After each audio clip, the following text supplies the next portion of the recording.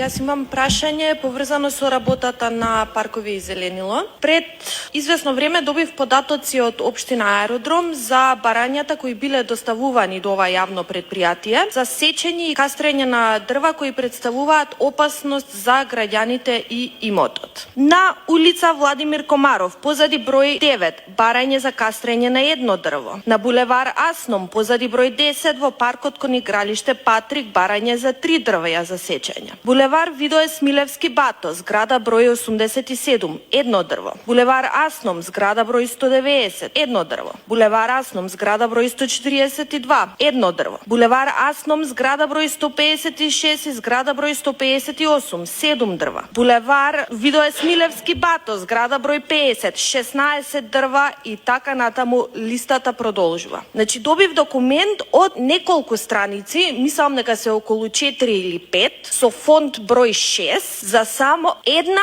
општина во која што се наведени десетици локации и десетици барања кои со години стојат без реализација. Овде има барања кои што се од 2022, барања од 2023, 2024, 2025, 2026. Значи 4 години непостапување по барања за кастрење на веќе обележани дрвја кои што веќе е воспоставено дека можат да бидат да пречат на безбедноста на граѓаните или да наштетат на нивниот имот. Дополнително, добив исто така документи, односно ургенции од страна на општина Аеродром до јавното предпријатие да се постапи по одобрено, значи веќе одобрено решение од град Скопје со кое што беше пробиен рокот од 10 месеци за постапување. Значи, да сумираме. Граѓаните пријавиле проблем. И тоа тука можам да избројам околу 60 проблеми, значи пак само во една општина. Да не почнеме и да разгледуваме и во другите општини. Општината излегла на терен. Постапката е спроведен. Град Скопје дал одобрение. Општината испратила ургенција кога се пробил рокот за постапување и повторно ништо. Значи ова е чист пример за институционална негрижност. Се е исполнето во постапката, фали уште една клучна работа, а тоа е работа од страна на јавното предпријатие Паркови и зеленило. Работа која што може да се заврши буквално во еден ден, а тоа е кастрење на дрво. Господине Муамер Сефери, веќе половина година раководите со предпријатието. Дали имате конкретен план и рок за расчистување на овие заостанати предмети, кои во некои случаи датираат уште од 2022 година? Можеби некои од овие дрва веќе имаат паднато и направено штета. И доколку утре настане штета или некој биде повреден од дрво директно, за кое што веќе постоело буквално официјално барање за сечење или за кастрење, дали сметате дека одговорноста ќе биде на природата,